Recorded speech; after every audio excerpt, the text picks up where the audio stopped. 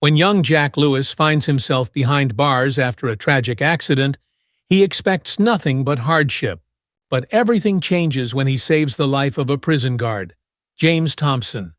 An act of kindness that defies all expectations. What follows is a powerful journey of unexpected alliances, battles against prejudice, and a courageous fight for freedom. Want to see where Jack's journey takes him? Drop a comment with your thoughts and subscribe for more gripping stories of resilience and hope. Let's dive into Jack's story.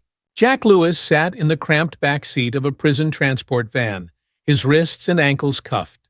His gaze fixed on the world outside as it sped past him. Each familiar landmark on the road reminded him of the life he'd been ripped from, a life he feared he'd never return to. It had all happened so fast. One moment, he was driving home from work, exhausted but relieved to be free of his shift at the grocery store. The next, he was thrust into a nightmare. The accident was just that, an accident. Jack hadn't meant for anyone to get hurt. But circumstances and the justice system hadn't been kind. The other car, which had swerved sharply to avoid a pothole, crashed as Jack, with barely a second to react, had veered in the opposite direction. A tragic chain of events led to the other driver's death, and while the lawyers argued over fault, the prosecution had painted Jack as reckless. For Jack, an honest young black man from a working-class neighborhood, it felt like every assumption was working against him. Despite his clean record and history of volunteering in his community, his fate was sealed. The courts didn't seem to care about his side of the story, and he'd been given a harsh sentence he hadn't seen coming. When the van finally rolled to a stop outside the prison, Jack squinted up at the looming building, steeling himself for what lay ahead. As he was led out and chained to the intake line, he felt the weight of eyes on him. The other prisoners, the guards, everyone around him sizing him up, silently judging. "Lewis, Jack!" barked a voice from across the room, clipped and cold. Jack looked up to see the speaker, James Thompson, a prison guard with a hard, unwelcoming face and an even harder stance. James's gaze swept over him with a hint of disdain, as though he were already tired of dealing with him. "You're on my block," James said, almost as if it were a warning rather than a statement. Jack could feel the guard's eyes linger longer on him than on the others. A subtle, lingering gaze that hinted at bias. Jack had been on the receiving end of those looks all his life, but here, in prison, they took on a more dangerous edge. James watched as Jack was processed, the wheels of the machine turning without compassion. He didn't say much, but his posture and the tone of his voice conveyed a deep-seated prejudice. The kind that made Jack feel both furious and powerless. As Jack moved through the intake, the grim reality of prison life became painfully clear. He was treated like he was less than human, a number, a statistic, a problem to manage. Days in prison blended into one another, a cycle of monotony punctuated by moments of humiliation and tension. Jack kept his head down, did his best to avoid conflict, and maintained a polite distance from the guards. But James's prejudice was relentless, each interaction tinged with a barely concealed distaste that chipped away at Jack's resolve. "Hey, Lewis!" James would sneer, pointing out any minor infraction with relish, his voice carrying across the yard, drawing unwanted attention. "You think the rules don't apply to you?" Jack, aware of the consequences of defiance, simply nodded and complied. He knew that any resistance could lead to harsher punishment, more isolation. He'd learned quickly that in prison, even innocence didn't afford you protection. The other prisoners noticed the treatment too, but most turned away, too caught up in their own survival to intervene. Jack's isolation deepened as he realized that in here he was truly alone. Each night, as Jack lay on the thin, lumpy mattress in his cell, he would stare up at the cracked ceiling, trying to summon memories of home.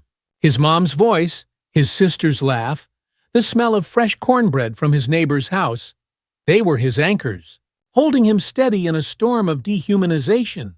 They reminded him who he was beneath the prison jumpsuit and the labels people tried to place on him. But there were moments when despair threatened to swallow him. He wondered if he'd ever escape this life, if he'd ever have the chance to be more than a number again. He'd been thrown into a place that seemed determined to break him, but he held on to one unshakable truth. He wouldn't let it. It was a humid morning, with the scent of stale coffee lingering in the air as the prisoners shuffled in line to the yard for exercise. Jack was at the back, his hands cuffed, his gaze on the ground. James Thompson walked alongside the line, jaw set, keeping a close watch on Jack, as if he was waiting for an excuse to assert his authority. The guards around him bantered and joked about the inmates, their tone indifferent, as though the men in line were no more than objects to move from one place to another. Jack kept his shoulders back, eyes forward, enduring it. James moved slightly ahead, popping a candy into his mouth with a bored look. The candy was an indulgence he often turned to during his shift. The sweet distraction kept him grounded in the monotony of his work. Today, however, the seemingly harmless act would shift everything. Jack's focus drifted back to memories of home when he heard a strange sound, a sharp, muffled gagging noise. He looked up to see James stagger, his hand going to his throat, his face turning an alarming shade of red. He clawed at his collar, stumbling as he fought to breathe. Without a word, James fumbled for his keys, finally grasping them with shaking hands. He unlocked Jack's handcuffs, the last traces of control slipping from his face as his desperate eyes met Jack's. For a split second, Jack hesitated. Here was the guard who had tormented him, shackled him, and turned a blind eye when others had done the same. He could have turned and walked away, could have left James to his fate. But in that moment, something deeper than resentment took hold, something that reminded him of the values he'd been raised with. Jack dropped to his knees beside James and placed a firm hand on the guard's shoulder. "Stay still," he instructed, his voice calm. Jack positioned himself and pressed sharply against James's abdomen, using the same technique he'd learned in a first aid course years ago. With one strong push, the lodged candy shot out, rolling across the yard. James gasped for air, his body sagging with relief as he regained his breath.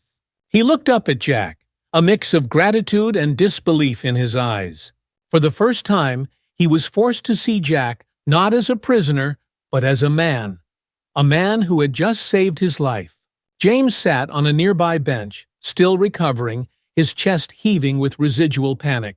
He avoided Jack's gaze, too ashamed to face him after all the ways he had mistreated him. Jack stood in silence for a moment, watching the guard's expression shift from relief to something more conflicted. "You're free to go back in line," James finally managed, his voice faltering. Jack gave him a single nod before stepping back into line, his face impassive. The other guards looked on, their curiosity piqued by the unusual exchange. As Jack walked away, he felt a weight he hadn't anticipated. A strange mix of emotions that simmered beneath the surface. He knew he had just created a ripple in the rigid, oppressive system he was trapped in, though he wasn't sure what it would mean. James watched Jack rejoin the line, a quiet shame creeping up on him. The memory of Jack's hands, steady and purposeful, as they saved him, contrasted starkly with the way he had treated him. The reality of his prejudice gnawed at him, casting his previous interactions with Jack in a stark, unflattering light.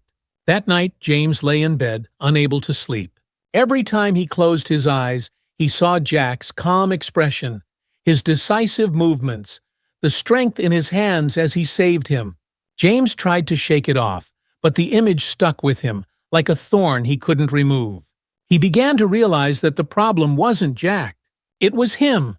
He had allowed his own biases to dictate his treatment of another person, someone who'd done nothing to deserve it.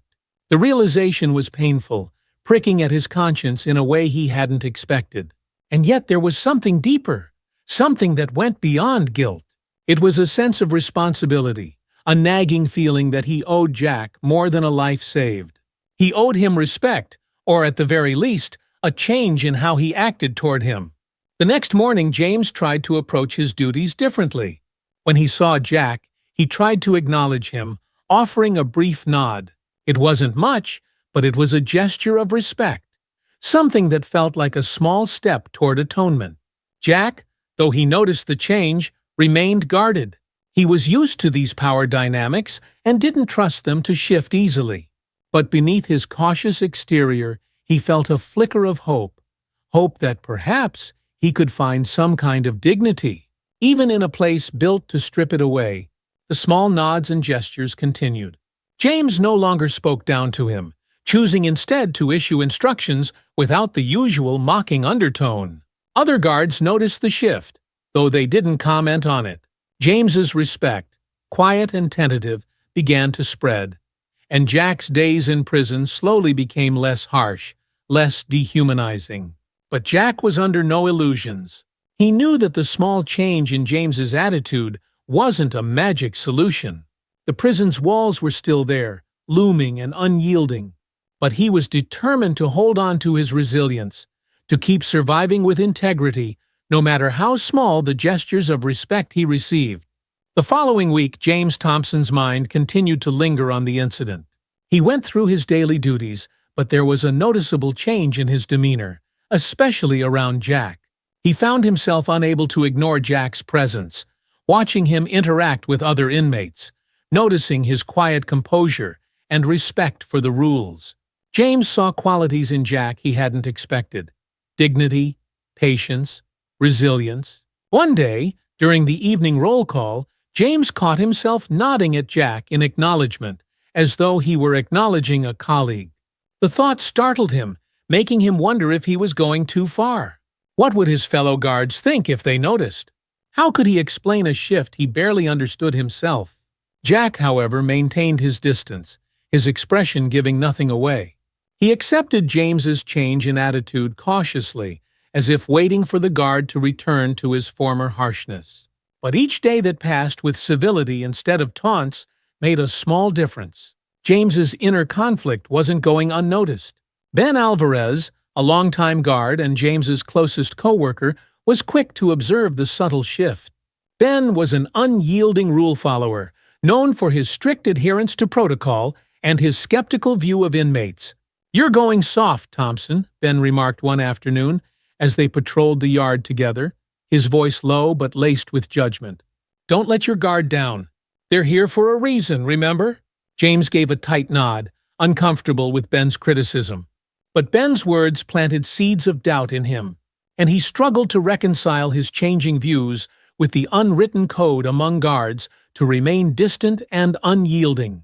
He knew Ben wasn't wrong about the risks, but something inside him was shifting too profoundly to ignore. Meanwhile, Jack's days were becoming slightly easier, though the prison environment remained harsh and unforgiving.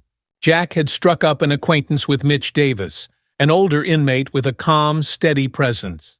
Mitch had been incarcerated for nearly 2 decades and had seen men come and go, along with the faint glimmers of reform in the guards who allowed themselves to look past prejudice. "Don't put too much faith in them, son," Mitch told Jack one evening, as they both leaned against the wall during recreation time. "A man who sees you as human today can still treat you like nothing tomorrow. But if you stay true to who you are, you'll get through this." Jack listened to Mitch's words, grateful for the older man's wisdom. He had learned long ago that the only way to survive prison was to keep his head down, avoid conflict, and hold on to a sense of inner dignity. But as he observed James's shifting behavior, Jack felt something new, an inkling that perhaps things didn't always have to remain the same. As the days turned into weeks, James found himself reflecting more on his interactions with Jack. He felt a quiet admiration for the man whose strength in the face of prejudice and adversity went beyond what James had thought possible.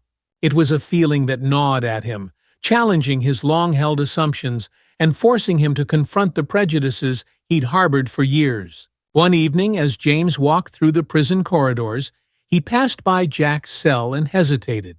He looked in, seeing Jack seated on his bunk, head bowed as he read a worn book. Jack's posture radiated a quiet resilience that made James pause. Clearing his throat, James spoke. "Lewis? Been reading that book for a while now." Jack looked up, his expression neutral but attentive. "It's a good book," he replied simply, keeping his tone respectful. "Helps me keep my mind off things." James nodded, unsure what else to say, but he lingered a moment longer. "I'll see about getting you something new from the library," he said, almost as if speaking to himself. Jack's eyes narrowed slightly in surprise, though he quickly masked it. "Thank you, sir," he said, his tone careful. He wasn't sure if he could trust the gesture, but he allowed himself to feel a faint glimmer of gratitude. Over the following days, James followed through on his promise, dropping off a new book at Jack's cell during one of his rounds. The exchange was subtle and quick, but it didn't go unnoticed by Ben, who observed James's actions with a growing sense of irritation. During their next shift together, Ben decided to confront him. "What's with the special treatment, Thompson?" Ben asked, his voice low but accusatory. "He's just another inmate. You're making us look weak." James stiffened, the rebuke hitting harder than he'd expected. He tried to keep his voice steady. "He saved my life, Ben. I figure he deserves a little respect, that's all." Ben scoffed, shaking his head. "Respect? They're not here to be respected. They're here to pay for what they did. Don't let one good deed fool you into thinking they're worth our sympathy." James didn't reply. The words stung because they echoed his own former beliefs, the very attitudes he was now questioning. But as he watched Jack read in his cell that evening, he knew he couldn't go back to treating him with the same disdain. He was changing, and whether that was a weakness or not, he no longer cared. One evening, as James made his rounds, he stopped at Jack's cell to ask if he'd finished the book he'd borrowed.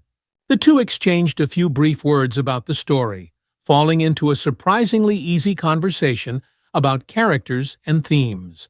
Jack's face lit up with rare enthusiasm as he spoke, his guard down just for a moment. James found himself listening, truly listening, as Jack spoke about finding hope in small things and keeping one's spirit intact, even in the darkest places. When the conversation took a quieter turn, Jack asked softly, "Why do you do it, sir? Treat us like we're beneath you?" The question lingered in the air, uncomfortable yet unavoidable. James felt a rush of defensiveness, then guilt. He had no answer he could give that wouldn't sound hollow. He opened his mouth to speak, then closed it, his mind racing for words. Finally he said, "I don't know, Lewis. Maybe because it's what I was taught. Because I thought it was the only way to keep order." Jack nodded, his expression solemn.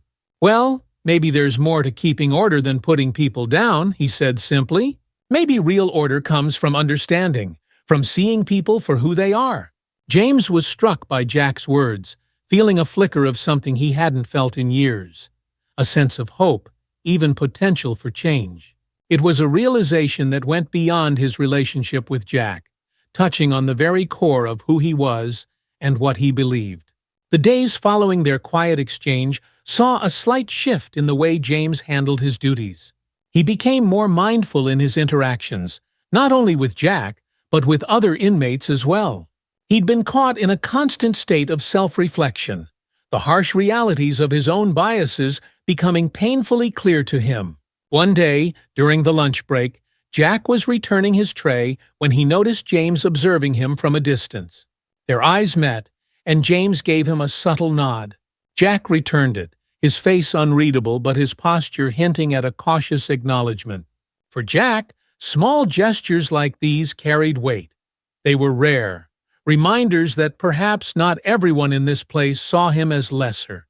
In the weeks that followed, James continued this silent act of respect, keeping his interactions with Jack professional yet civil. Other guards began to notice, especially Ben Alvarez, who found James's behavior increasingly perplexing and irritating. One evening, as James finished his shift, Ben caught up with him in the staff room. He wasted no time getting to the point. "Thompson, I don't know what's going on with you," Ben began, his voice low but sharp, "but it's starting to look bad. People are talking, wondering why you're going easy on Lewis." James felt a surge of defensiveness rise within him. "I'm not going easy on him, Ben. Just treating him with some respect. The man saved my life, and I don't think he deserves to be treated like trash." Ben narrowed his eyes, the weight of his disapproval palpable. "You're risking a lot for a man who doesn't deserve it," he replied coldly. "And don't forget who's really in charge here. We're here to enforce order, not to make friends." James clenched his jaw, his mind racing. He wanted to say that maybe order didn't have to mean stripping people of their dignity, but he knew Ben wouldn't understand. Ben represented the very mindset James was beginning to question, a rigid, judgmental view that dehumanized the inmates and kept the guards emotionally detached. Ben's words, however, served as a reminder of the risks James was taking. He'd begun to feel the weight of isolation among his own peers, the unspoken consequence of showing even a hint of compassion. As he walked out of the room, James found himself questioning his choices. Was he wrong to see Jack as more than his inmate number? Or was Ben right, and he was merely allowing sentiment to cloud his judgment? A few days later, while supervising in the yard, James saw Jack in a heated exchange with another inmate, a burly man named Gregson who had a reputation for intimidation. Jack's voice was low, but his expression betrayed a firm resolve, and it was clear he was standing his ground. James tensed, watching closely, and felt the urge to step in, though he held back. He knew that intervening could draw more attention to his evolving attitude toward Jack. Still, he found himself hoping Jack wouldn't have to fight his way out. Just as tension seemed ready to boil over, Jack took a step back, defusing the situation. Gregson sneered but let it go, walking away with a dismissive wave of his hand. Jack stood in place, his body taut, before exhaling a slow breath, his calm exterior slipping back into place. James felt a surge of relief. He knew that Jack's reaction could have had serious repercussions if things had escalated. Later, as he walked by Jack's cell, he paused, choosing his words carefully. "You handled yourself well today, Lewis," he said quietly, his tone respectful. Jack looked at him, a hint of surprise in his eyes, though he kept his response measured. "Thank you, sir. Sometimes staying calm is the only way to survive in here." James nodded, feeling the weight of Jack's words. In that moment, he understood more clearly than ever the strength it took for Jack to maintain his composure, to survive with his dignity intact. The fragile understanding between James and Jack grew in the following days, an unspoken alliance that allowed them both to navigate the hostile environment with a newfound sense of purpose. James's respect for Jack deepened, and he began to see him less as a prisoner and more as a person, a man wrongfully condemned, yet determined to retain his humanity. One evening, during a late roll call, James found himself assigned to Jack's cell block. As he passed Jack's cell, he paused and spoke quietly. "Lewis," he said, "if there's anything you need, books, supplies, let me know.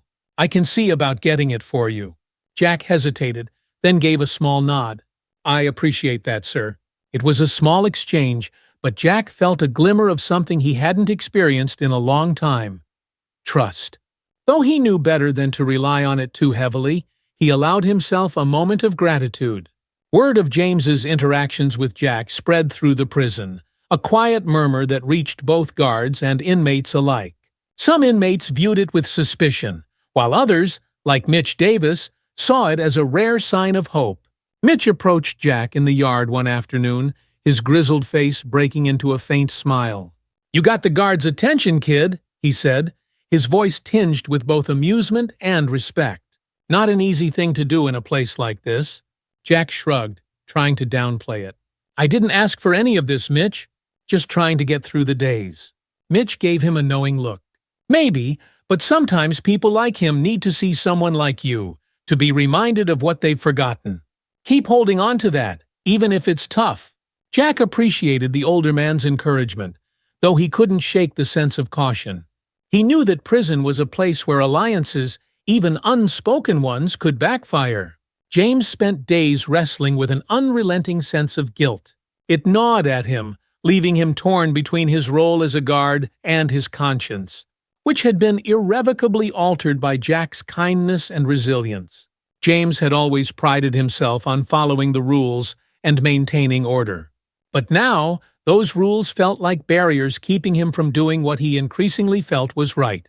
One evening, as he sat in the staff room, he overheard a conversation between two other guards about recent parole cases. The mention of early release planted a seed in his mind. If Jack could qualify for a reduced sentence, perhaps there was a way to make it happen. James knew that his advocacy alone wouldn't be enough, But if he could gather support, perhaps from others who had seen Jack's good behavior, he might stand a chance. That night, James lay in bed, turning the idea over in his mind.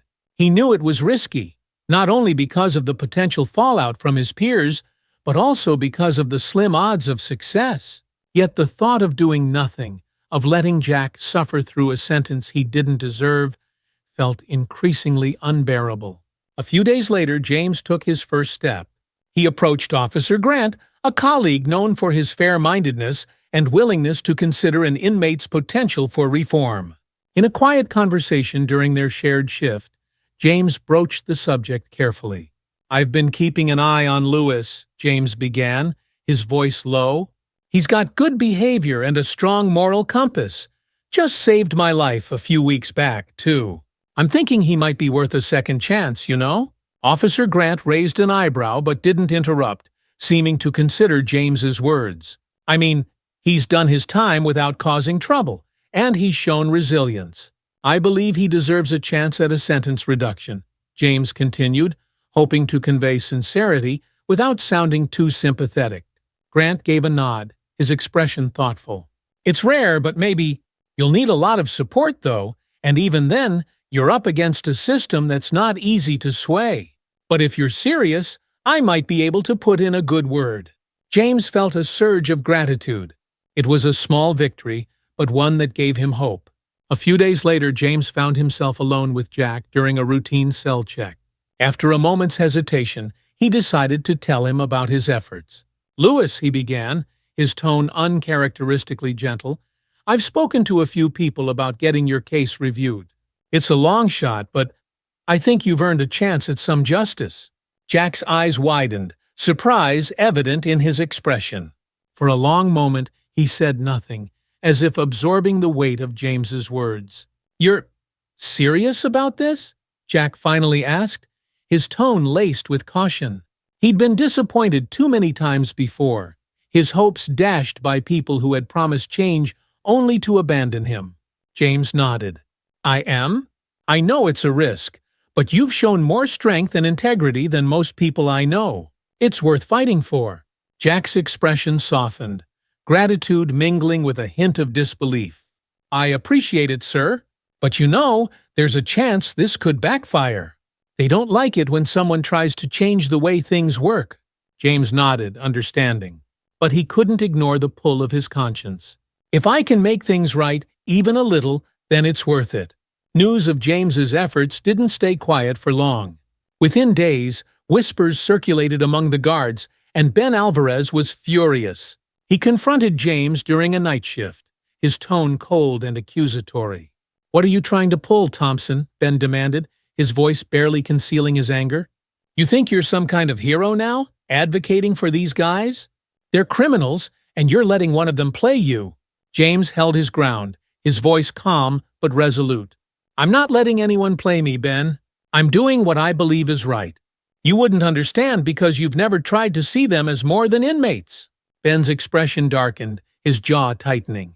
"You're risking your reputation, hell, maybe even your job, over a guy who's just another number. You're forgetting your place, Thompson." James didn't flinch. "Maybe it's you who's forgotten, Ben. This place isn't supposed to strip people of their humanity. Maybe it's time we remember that." Ben sneered, his tone laced with contempt. "Keep going down this road, and you'll regret it." James walked away, feeling both the weight of Ben's warning and the unwavering resolve to push forward.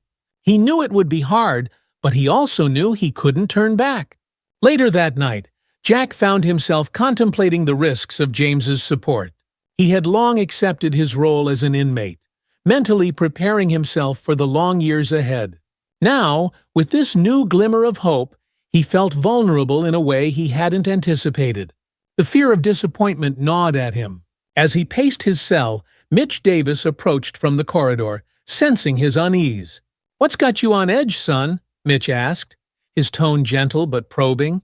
Jack sighed, leaning against the bars. "Thompson's trying to get my sentence reduced. He's been sticking his neck out for me, and it's complicated. I don't know if I should even let myself hope." Mitch nodded thoughtfully. "Hope's a fragile thing in here, I know. But if a man like Thompson can change, If he's willing to fight for you, maybe it's worth believing in. Just don't pin everything on it. Sometimes the world has a way of disappointing you, but it doesn't mean you should give up. Jack took Mitch's words to heart, feeling a mix of gratitude and caution. He knew Mitch was right. He had to balance hope with realism, to stay grounded even as he felt the pull of optimism. With a few fellow officers on his side, James prepared to present the case for Jack's sentence reduction to the prison administration. It was a tense day, with his heart pounding as he sat in the office, outlining Jack's exemplary behavior, his dedication to personal growth, and the circumstances of his case. The administrators listened with a mix of skepticism and mild interest. While some acknowledged Jack's good behavior, others voiced concerns about setting a soft precedent, one that could challenge the authority and structure of the institution. As he presented Jack's case, James felt an uncharacteristic vulnerability. He knew that advocating for an inmate was rare and often frowned upon, but he held his ground, his conviction fueling his words. Days later, the decision came down. The administration denied the request for Jack's sentence reduction, citing unconvincing circumstances and the need to maintain order. The news hit James hard. He felt the weight of failure, a profound disappointment that he hadn't anticipated. But what stung even more was the knowledge that his efforts had resulted in harsher treatment for Jack, who was assigned extra labor duties as a precautionary measure, a move to enforce control over his behavior. Jack received the news with a quiet resignation, though James could see the hurt in his eyes. Jack simply nodded, giving James a look of understanding that seemed to say, "I knew this was a long shot." James was left with a heavy sense of guilt, feeling responsible for Jack's added burden. He had tried to do something good, but in the process, he'd only made things worse for the very person he wanted to help. Days after the administration's decision, the atmosphere in the prison had grown colder. Jack carried out his additional labor duties with quiet endurance, but the physical strain was evident. He spent hours lifting heavy crates and cleaning more areas than his previous shift required. The punishment was meant to remind him of his place, and it didn't go unnoticed by the other inmates or the guards. James watched, feeling the full weight of his failed advocacy bearing down on him. His attempt to help had backfired, and he feared he had lost Jack's trust for good. He saw Jack's exhaustion, the guarded way he moved, as though he had steeled himself against further disappointment. Each day, James wondered if he had made a mistake, if his attempt at helping had only compounded Jack's suffering. One evening, James saw his opportunity to speak with Jack, alone in the corridor outside the utility room. Jack was wiping sweat from his brow, his expression hardened by exhaustion. "Louis," James began, his voice low but earnest, "I'm sorry. I didn't mean for any of this to happen." Jack paused, meeting James's gaze with a wary look. "I didn't ask you to get involved, sir. You were the one who wanted to change things. But it looks like you're the only one who believed that was possible." James flinched at Jack's bluntness. He hadn't expected such a raw response, and it shook him. Jack's words struck at the very heart of his intentions, forcing him to confront the painful reality of his failure. "I thought maybe I could make things right," James replied, his voice tinged with regret. "But I see now that I underestimated how hard that would be." Jack held his gaze, the flicker of pain in his eyes clear. "It's not that I don't appreciate the effort, sir. I just can't afford to hold on to hope if it's only going to make things harder in the end." The statement was a quiet but profound insight into Jack's survival strategy, a mechanism he'd developed to endure the system's unyielding hardships without letting himself be vulnerable. For Jack, hope had been as dangerous as it was precious, and each disappointment was another weight added to his shoulders. James nodded slowly, feeling an ache he hadn't expected. "I understand, but I want you to know I'm not giving up. I still believe you deserve better than this." Jack's expression softened, though he remained guarded. "Thank you, sir. Just don't risk too much. This place doesn't like it when people try to change things." Ben Alvarez, who had been keeping a watchful eye on James, grew increasingly irritated by what he saw as a personal betrayal. One afternoon, he cornered James near the locker room, his expression livid. "Thompson, you've taken this too far," Ben snapped, his voice barely above a whisper, but laced with anger. "Your little crusade is over, and it's time you get back in line. You're making us look weak." James met Ben's gaze, his own expression resolute. "I'm just trying to treat a man with respect, Ben. If that's weakness, maybe this place could use more of it." Ben sneered, shaking his head. "You're blinded by some fantasy of justice. That's not what we're here for. We keep order. And if you're too soft to do that, maybe you don't belong here anymore." James felt a surge of anger, but he held it back, his voice steady. "Maybe you don't understand what it takes to see people as more than what this place says they are." Ben's eyes narrowed. "You're putting yourself at risk, Thompson. Just remember that." With those final words, Ben walked away, leaving James standing alone, his fists clenched in frustration. He knew he'd pushed the boundaries, but he couldn't shake his conviction that Jack deserved better. Yet Ben's words served as a chilling reminder that his choices had consequences, not just for himself, but for Jack as well. One afternoon, an altercation broke out between two inmates, and Jack happened to be nearby when a guard intervened. Ben Alvarez, quick to seize an opportunity, accused Jack of instigating the fight, despite there being no evidence to support the claim. Jack protested, but Ben insisted, citing disciplinary reasons, to send Jack to solitary confinement. The stark, confined cell felt colder and more isolating than anything Jack had experienced before. Days bled into each other, the silence oppressive, leaving him alone with his thoughts and memories. It was a place designed to break a man, stripping away any sense of self. He spent hours pacing the small space, his mind replaying the choices he'd made, the quiet battles he'd fought to hold on to his dignity. He remembered his family, the life he'd left behind, and his moments of faith that things might change. Yet here, in the silence of solitary, even those memories began to fade, replaced by a creeping sense of despair. James found out about Jack's confinement a day after it happened. The news hit him hard, leaving him reeling with guilt and anger. He knew Ben was behind it, using his authority to exact a form of punishment that went beyond protocol. The thought of Jack isolated, bearing the weight of unjust accusations, tore at James. In the days that followed, he made quiet inquiries, attempting to expedite Jack's release. But every attempt was met with bureaucratic indifference, his pleas brushed aside by administrators who dismissed the situation as routine discipline. The guilt gnawed at him, each failed attempt adding to the burden. He felt he'd failed Jack again, and this time he didn't know if he could make it right. When Jack was finally released from solitary confinement, he was pale and gaunt, his expression weary but resolute. The experience had left its mark, yet he carried himself with a quiet strength, his posture unbroken. James approached him cautiously in the yard, aware that his efforts had fallen short. Jack gave him a long, searching look, his face unreadable. "I'm sorry, Lewis," James said quietly. "I didn't mean for any of this to happen." Jack nodded, his tone calm. "I know, sir, but I've learned not to expect much from this place. Survival's about getting through each day, nothing more." The words carried a bitter wisdom, a truth that Jack had been forced to accept. For him, the experience in solitary had solidified his resolve to guard himself against disappointment. James felt a hollow ache in his chest, a mix of frustration and helplessness. He'd tried to fight the system, to give Jack the justice he deserved, but he now realized just how deeply entrenched that system was. He understood, with painful clarity, that change wouldn't come easily. Not for Jack, not for anyone trapped within those walls. After his release from solitary confinement, Jack settled back into his routine, but the experience had marked him in.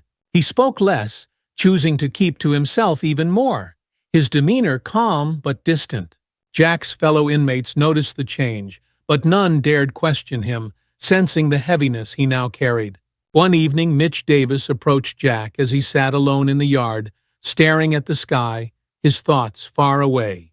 "You survived solitary," Mitch said gently, taking a seat beside him. "Not many come out of there with their head on straight." Jack gave him a faint smile. Just had to get through it, that's all. Can't let this place get to me. Mitch nodded, respect in his gaze. You've got more strength than most, Jack.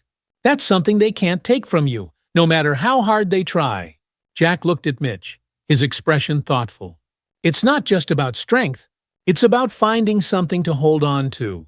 I have to believe there's a way out of this, that somehow I'll get another chance. Mitch's eyes softened, a rare look of encouragement crossing his face. Keep that hope alive, Jack. Even if it seems impossible, sometimes it's all we have. Meanwhile, James found himself at a crossroads. Every day, he wrestled with his failure to help Jack and his growing disillusionment with the prison system. He'd tried to play by the rules, to advocate within the boundaries set by the administration, only to watch his efforts fail spectacularly. Late one night, unable to sleep, James sat at his kitchen table staring at the case files he'd brought home, including Jack's. His mind drifted to the moments when Jack had shown kindness and dignity, despite everything that had been thrown at him. The realization dawned on him with unexpected clarity. If he wanted to make a real difference, he'd have to go beyond the walls of the prison itself. He'd have to seek help from people outside the institution who might support a re-evaluation of Jack's case.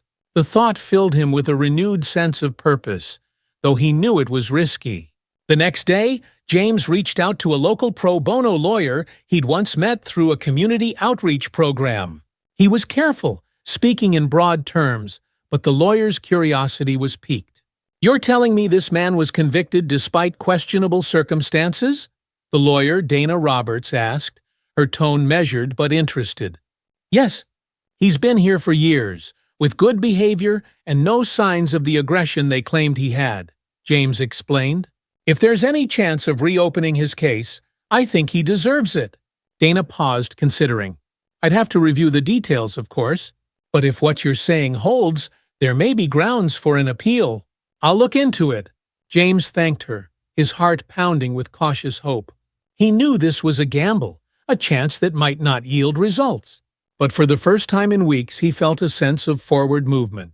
A few days later, during his rounds, James pulled Jack aside, glancing around to ensure they had privacy. "I contacted someone outside," he said quietly.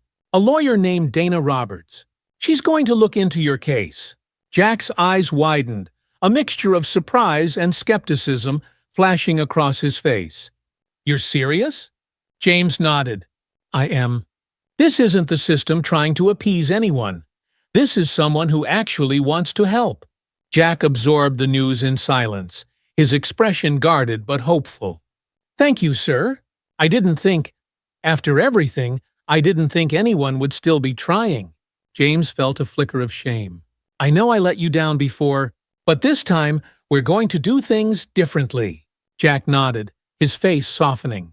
For the first time since his release from solitary, he allowed himself a glimmer of hope, though he kept his expectations measured. He had learned painfully that hope was fragile, and too much could lead to heartbreak. Days turned into weeks as Dana reviewed Jack's case, combing through transcripts, examining witness statements, and searching for overlooked evidence. During this time, Jack's days were a blend of routine and anticipation, each small glimmer of news from James offering a spark of hope. Dana's initial findings were promising. She found inconsistencies in the original investigation, details that had been glossed over or dismissed. But the process was slow, filled with bureaucratic hurdles, and every delay gnawed at Jack's patience. One evening, James met with Dana to discuss the progress, his concern evident. "I know you're doing everything you can," he said, his tone tinged with urgency. "But we need to get this moving. Jack's time here is running him down." Dana nodded, her expression serious. "I understand, James. But these cases aren't easy to reopen, especially when the evidence is years old.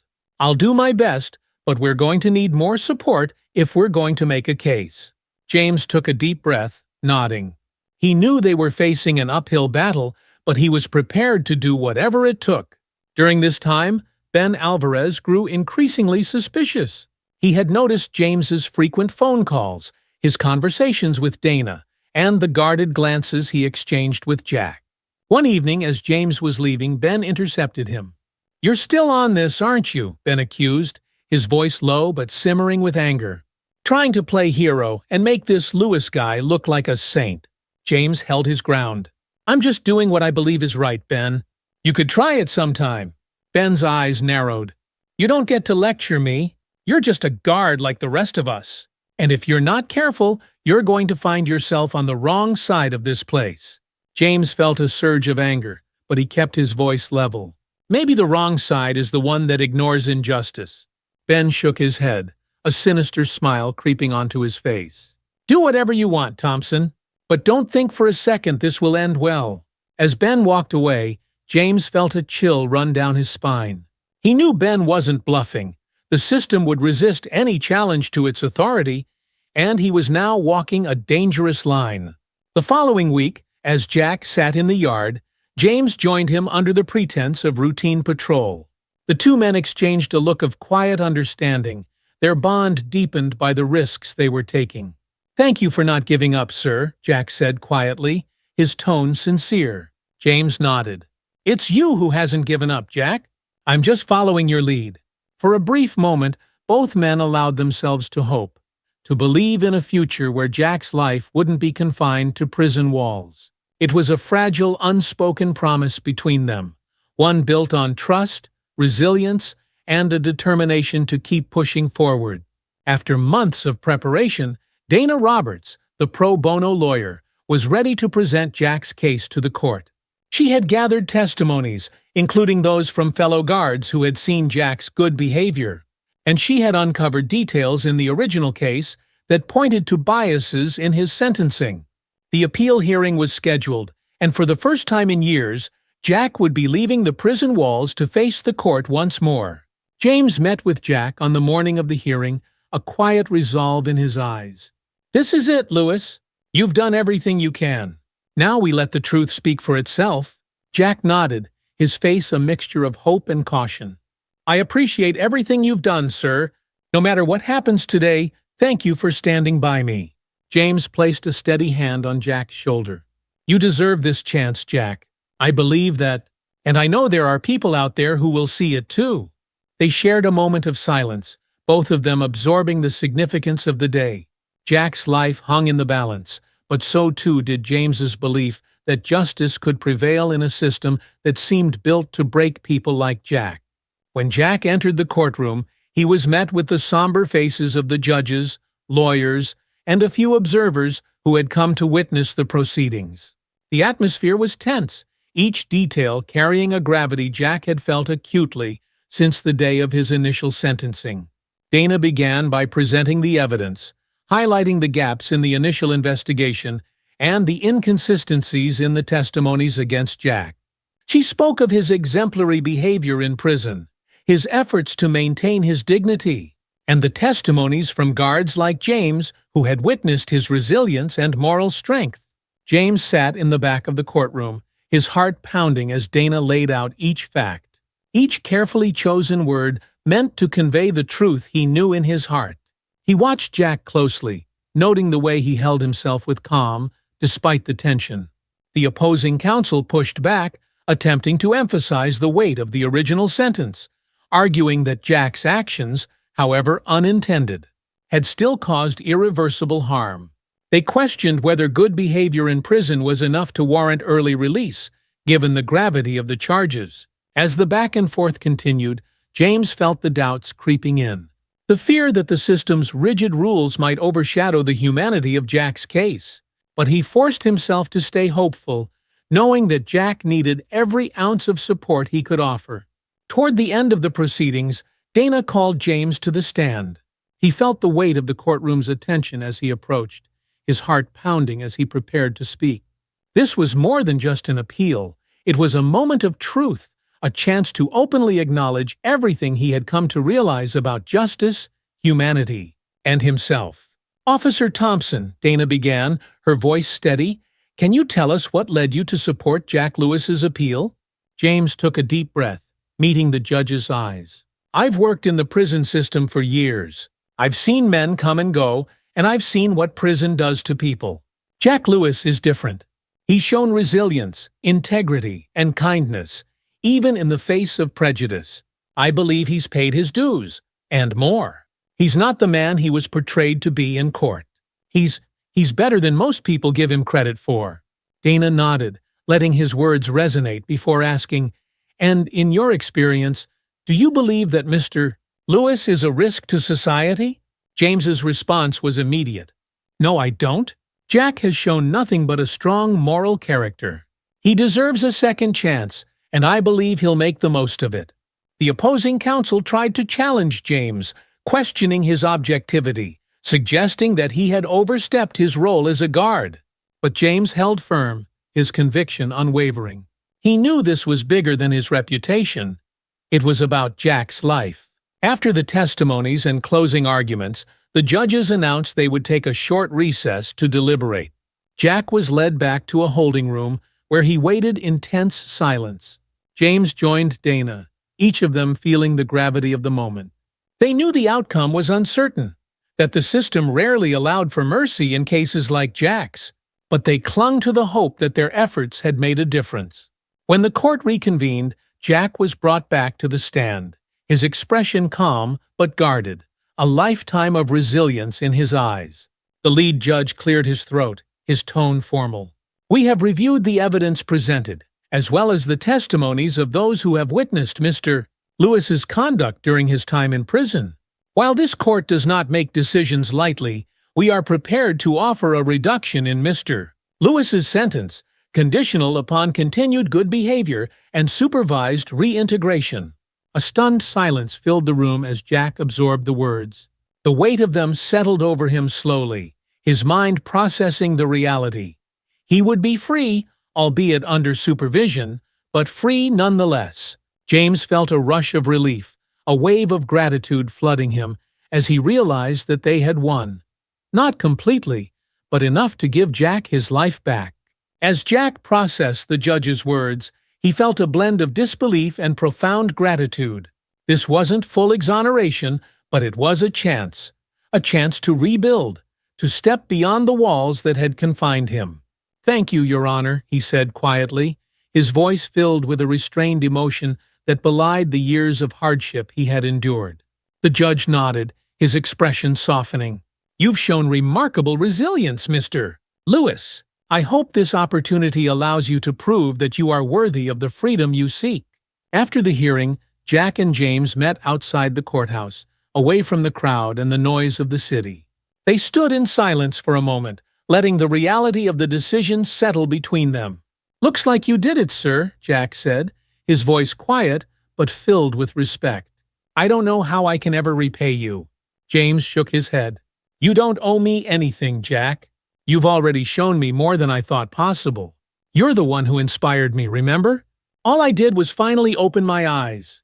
They shared a brief mutual nod, an unspoken understanding passing between them. For both men, the journey had been transformative, their lives forever changed by the trials they had endured together. "I'm going to make the most of this," Jack said, his tone determined. "I won't waste this chance." James smiled, feeling a weight lift from his shoulders.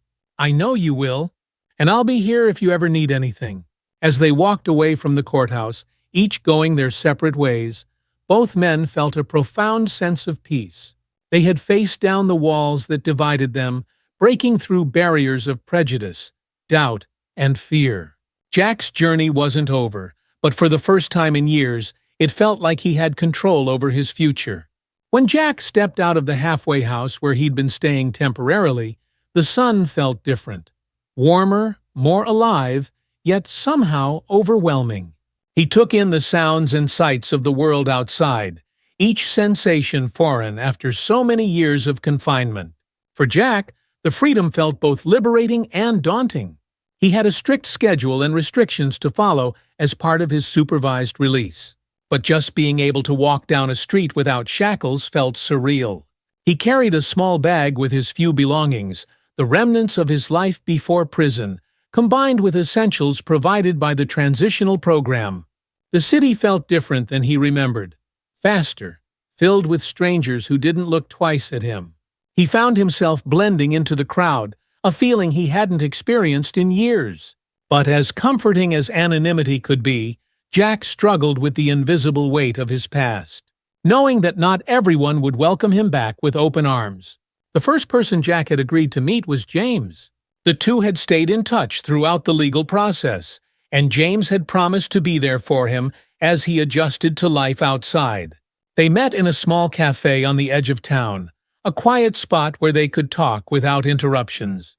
James arrived a few minutes early, watching the door until Jack entered. He stood to greet him, a look of genuine warmth in his eyes. "Jack," he said, extending a hand. "It's good to see you out here." Jack shook his hand, his smile tentative but sincere. "Feels strange, but good." "Thanks for coming, sir." "I mean James," he corrected, catching himself. James chuckled. "Old habits die hard, don't they?" They sat down, each of them absorbing the reality of this new chapter. Over coffee, they talked about the challenges Jack faced, finding stable work, reconnecting with family, and the constant need to prove himself in a world that often saw ex-inmates through a single unforgiving lens. "I've been working with a few organizations," James explained, his tone earnest. "There are groups that help people in your situation find work, build a network. It's not an easy road, but you've got people on your side." Jack nodded, his gratitude clear. "I'll take any help I can get. I want to do this right, prove that I deserve this chance." James gave him a reassuring smile. "I know you will, Jack. You've got a strength most people can't even imagine. Just keep going, one day at a time." With James's help, Jack secured a part-time job at a community garden program. It was hard work, but he enjoyed the physical nature of it, the feel of soil in his hands, the quiet satisfaction of seeing something grow from the earth. His supervisor, a woman named Marcy, was aware of his background but treated him with respect, appreciating his dedication and the care he put into each task. However, Jack quickly learned that not everyone was as accepting. A few community members who volunteered in the garden were cautious, casting him wary glances. Whispers circulated, and he overheard fragments of conversations, references to "that ex-con" or "the one from the prison." Jack tried to keep his head down, focusing on his work, but each comment felt like a blow, reminding him of the lingering stigma he carried. One afternoon, when a fellow volunteer made a snide remark about criminals in the neighborhood, Jack felt a wave of frustration. But instead of responding, he forced himself to focus on the plants in front of him, pouring his energy into something constructive. Marcy noticed the tension and approached him during a break. "People can be judgmental," she said gently. "Don't let them get to you. You've shown us who you really are through your work. Keep doing that, and in time, people will see." Jack appreciated her support, knowing that while he couldn't change everyone's perception overnight, he could control how he responded. A few weeks later, Jack took another major step, reconnecting with his family. He hadn't seen his younger sister Laura since before his sentencing, and while they'd kept in touch through letters, he worried about facing her in person. He wondered if she'd still see him as the older brother she'd looked up to, or if prison had created a gap too wide to bridge. They agreed to meet at her home, a modest apartment she shared with her 2 children. When he arrived, Laura greeted him with a warm, slightly nervous smile, her eyes welling with tears as they embraced. "Jack," she whispered, holding him tightly. "It's been too long." He hugged her back, feeling the weight of years melt away. "I missed you, Laura. I'm so sorry for everything, missing all this time." Laura shook her head, her voice firm. "What matters is you're here now. We can't change the past, but we can start fresh. My kids have heard so much about their Uncle Jack, and they're excited to meet you." The reunion was bittersweet, filled with laughter, apologies, and shared memories. It reminded Jack of the life he'd left behind, but it also gave him a sense of belonging, a renewed purpose to be the brother and uncle they deserved. One afternoon, at James's suggestion, Jack attended a meeting at a local organization focused on prison reform and re-entry support. The group, composed of ex-inmates, community activists, and advocates, provided a space where people could share their stories and discuss the challenges of reintegrating. As Jack listened, he was moved by the stories he heard. Stories of hardship, resilience, and the desire to make a positive impact despite the odds. It was both humbling and inspiring, reinforcing his belief that his journey wasn't over. In many ways, it was just beginning. During a break, one of the group leaders approached Jack. "You've got a powerful story," she said, her tone encouraging. "There are people who need to hear it, people who feel lost or trapped by their past." Jack hesitated, surprised by the suggestion. "I don't know if I'm ready for that," he admitted. "I still have a lot to figure out myself." The leader nodded, her expression understanding. "Take your time, but when you're ready, know that your story could help others see that change is possible." The idea stayed with Jack, planting a seed of possibility. He realized that his journey had meaning beyond his own life, that maybe he could use his experiences to give others the courage to rebuild and to fight for justice. That evening, as Jack sat alone in his small apartment, he thought about everything he had been through, his time in prison, the isolation, and the journey that had led him to this moment. He thought of James, whose support had meant the world to him, and of the people he had met who had shown him kindness and respect despite his past. He felt a sense of gratitude and purpose, a quiet determination to keep pushing forward. While he knew there would be challenges ahead, he was ready to face them, knowing that he had the strength to persevere. In his mind, Jack made a promise to himself. He would make the most of this second chance, not just for his own sake, but for everyone who had stood by him and for everyone still struggling within the walls of confinement. As he drifted off to sleep, he felt a peace he hadn't felt in years, a peace that came from knowing he was finally free, not only from the prison walls but from the weight of his past. He was ready to build a future he could be proud of. It had been a year since Jack's release. In that time, he had settled into his life outside the prison walls. He still worked part-time at the community garden and had found a second job at a local youth center, where he helped organize programs for at-risk teens. His story had slowly become a quiet beacon for others who felt trapped by their circumstances, showing them that change and redemption were possible. No matter the past, James and Jack stayed in touch, meeting occasionally for coffee, always in quiet, out-of-the-way places where they could talk without interruption. Their bond had deepened, rooted in mutual respect and understanding that had grown far beyond the roles they once held in each other's lives. One afternoon, they met at a small community event hosted by the prison reform organization Jack had become involved with. The room buzzed with energy as former inmates, advocates, and community members gathered to celebrate their achievements and share their stories. James was there as a guest, and Jack had been invited to speak, a request he'd finally accepted after months of consideration. As Jack stepped up to the small podium, he scanned the room, feeling a mix of nerves and gratitude. He spotted James near the back, giving him a subtle nod of encouragement. Jack cleared his throat, his voice steady. "A year ago, I never imagined I'd be here. For a long time, I didn't think I'd ever get a second chance. The world told me I was done, that my mistake would define me forever. But I learned that it's never too late to change, and that there are people out there who believe in you, even when you can't believe in yourself." He paused, glancing at James with a look of gratitude. "I owe so much to the people who stood by me, who saw me as more than my mistakes. They reminded me that I was more than my past, and that I had the power to shape my future." The audience listened intently, many nodding in understanding. Jack's words resonated with those who had walked similar paths, each of them carrying stories of hardship, resilience, and the drive to start over. "I want to give back," Jack continued, his voice firm. "I want to show others that change is possible, that you can overcome the labels the world gives you. I'm here today, not just because I was lucky, but because people cared enough to help me find my way.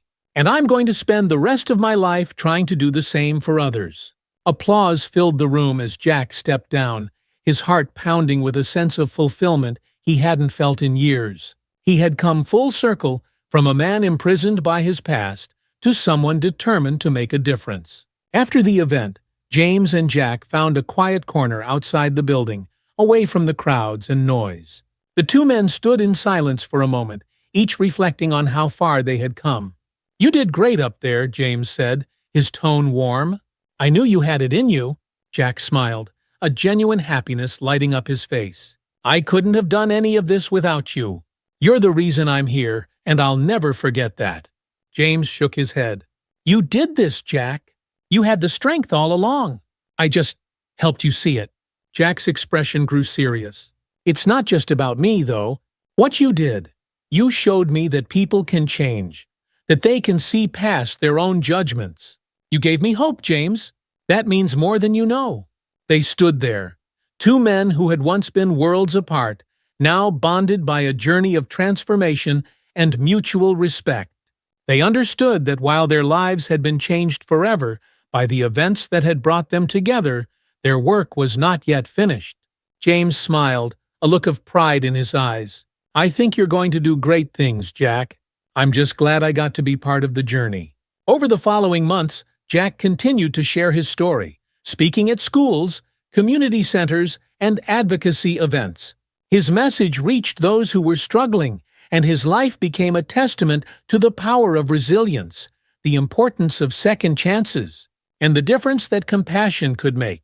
People began to look to him for inspiration, seeing in him a reminder that no mistake had to define a life.